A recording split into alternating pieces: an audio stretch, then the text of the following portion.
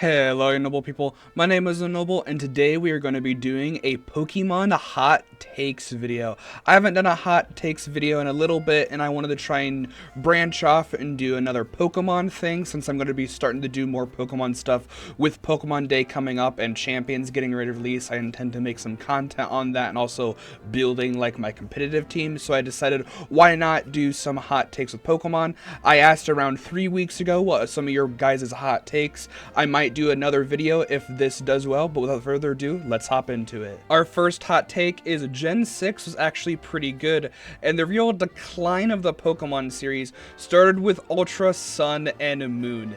Insanely disagree with this take. I will agree with the fact that Gen 6 was actually pretty good in terms of the Dex aspect. A lot of people say Gen 6 is bad because of X and Y, and X and Y are not the perfect games. I will say Team Flare centralized in just X and Y suck. Luckily, they did do a lot of correcting with like Lysander's character and Team Flare in ZA, but the fact you need an extra game to fix the problems is not good. But the Dex of X and Y is really good and actually really solid. There's not that many Pokemon. A majority of the Dex is the Megas, and the actual new Pokemon that we get, there aren't that many. I think there's only around 70, maybe 60 new Mons, and the reason that's because they're transforming all of the existing Pokemon into the 3D aspect of the sprites, so that took a lot of consumption. We also know there's a bunch of stuff scrapped for Gen 6 that we didn't get to see. But when people start talking about the decline of the Pokemon series, it gets my blood boiling a little bit, especially because Sun and Moon, specifically Ultra, are my favorite generation. So I'm gonna have to disagree with you there. A lot of people say Pokemon is on a downcline simply because the quality of the games can be considered bad at some aspects. I love ZA, I love Scarlet and Violet, but I can say there are definitely flaws with the game. But to say Pokemon is at the worst states it's been, no. They're like doing collabs and stuff with like motorcycles and making like Miraidon and motorcycle. They have like Lego collabs now.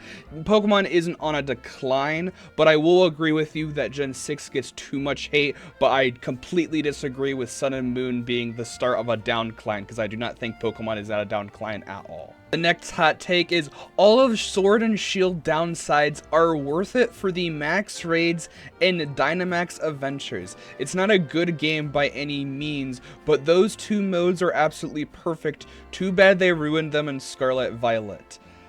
I'm gonna have to disagree with this again, because Sword and Shield is the only Pokemon game that I personally do not like, and I would genuinely give a bad grade, except the Pokemon they introduced. I think all of the Pokemon, or most of the Pokemon that were introduced in that generation, are pretty cool, especially like stuff like Phalanx, Alcremie, Dragapult. I think that's really cool.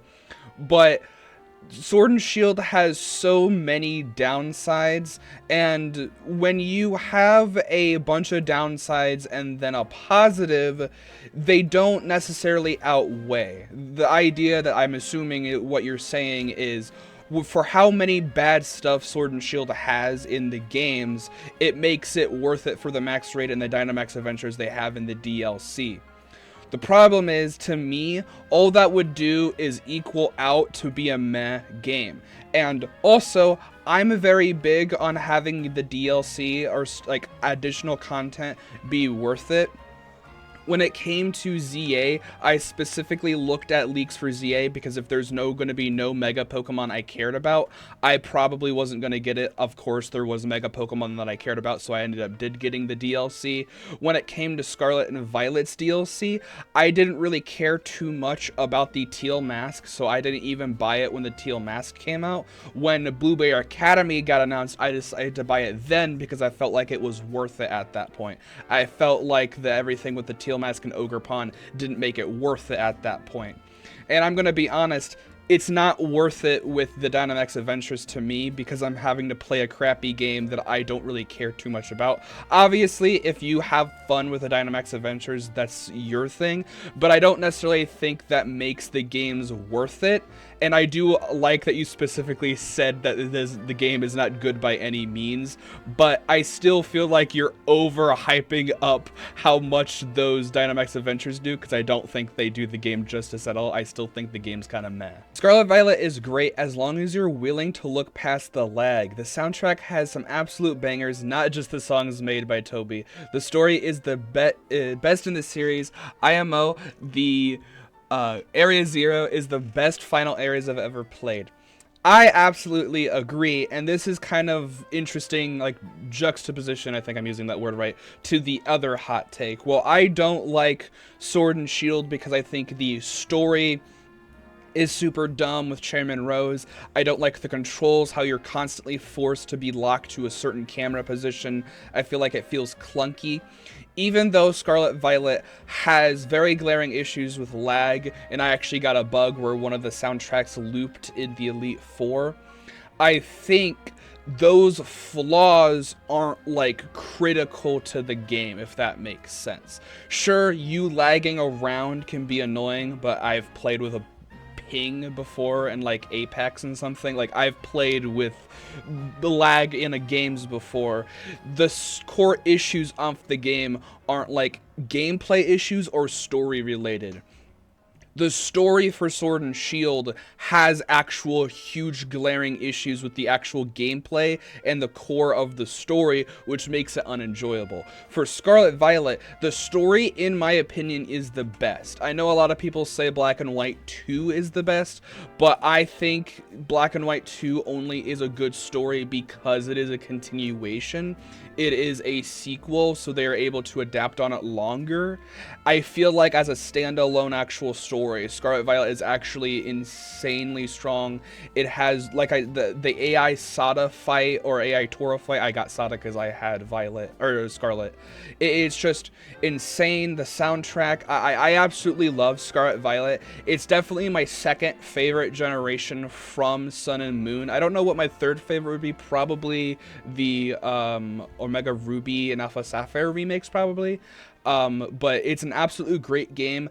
I understand there is glaring issues, and I'm not going to say it is the perfect game. I don't think there's any Pokemon game that is perfect, like 100%. Even if you, like, I can admit that my favorite generation of Sun and Moon, they had to make an Ultra game to be able to fix some stuff. It's not perfect, but I think Scarlet Violet is an amazing game. My hot take, Gen 4, Diamond, Pearl, and Platinum are the worst mainline Pokemon games. The difficulty makes it harder for casual fans to enjoy. The Pokemon from this generation are overrated, their story progression is slow, and the lack of new mechanics are disappointing. The only thing good about Generation 4 is that Heart Gold and Sword Silver exist. Whoa, that is an insanely hot take. First off, I will agree with you that some of the Pokemon from this generation are overrated. Now, when I go into a Dex to actually rate the Dex and see if it's good, I would say that a Dex has to have a lot of Pokemon that are over B for me. That's why I love Sun and Moon and Ultra Sun and Moon, because their Dex, none of the Pokemon in that Dex are a B for me, like below a B. They're like a B minus. Like Bruxish, I like Bruxish. It's supposed to look like that. I like that Pokemon. But for Generation 4, a lot of the Pokemon added in this Dex either are very hard to obtain early game, and there isn't really diversity. There is an ongoing joke in the Pokemon fandom that everyone's Gen 4 team looks something like this. I'll throw it up on screen. There really isn't anything that you can change from your team. Like, you have your starter, you usually are going to have a Staraptor, probably a Garchomp. Like, you don't change stuff.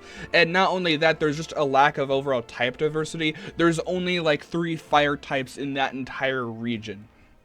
and it's kind of bland. Now with the new mechanics, I do have to disagree with you for the new mechanics, simply because Gen 4 gave us the physical and special split, which completely revolutionized Pokemon. If we didn't get the special physical special split with attackings, we would still be kind of in like a weird state where like dark moves were all special, but we would have physical attacking dark types. So I'm happy they did do that. I agree with you on the story. I don't really care too much about the story besides like Cynthia and I guess a little bit of Cyrus. In terms of just like the difficulty of it, the difficulty does have a curve. I kind of agree with you that they are kind of the worst. I would argue that if you want to say a Gen 4 game that's worse, I would argue BDSP. I think Brilliant Diamond, Shining Pearl don't even attempt to fix some of the stuff. I will have to disagree with Platinum. I'll agree Diamond and Pearl are bad, but Platinum actually fixes a lot of stuff that Gen 4 does wrong, even fixing some of the locations of Pokemon so you can actually have a little bit of a different team. But that is a really big take and a nice take to leave us off in the video. Thank you so much for if you enjoyed this video. Make sure to like and subscribe if you enjoyed it. Sorry about not posting in a little bit. I intend to keep making some shorts with the ZA Mega Evolutions. Stuff has been kind of crazy right now. If you haven't watched my car crash video talking about some stuff has changed. I don't want to make an update video just yet. We'll just have to wait and see how some stuff develops. I'm hoping to be able to continue make some Pokemon. I do have a video planned out for my favorite Pokemon, as well as talking about Pokemon champions, so we'll just have to wait. But yeah, thank you so much for watching. Stay noble. I'll see you in the next one. Bye.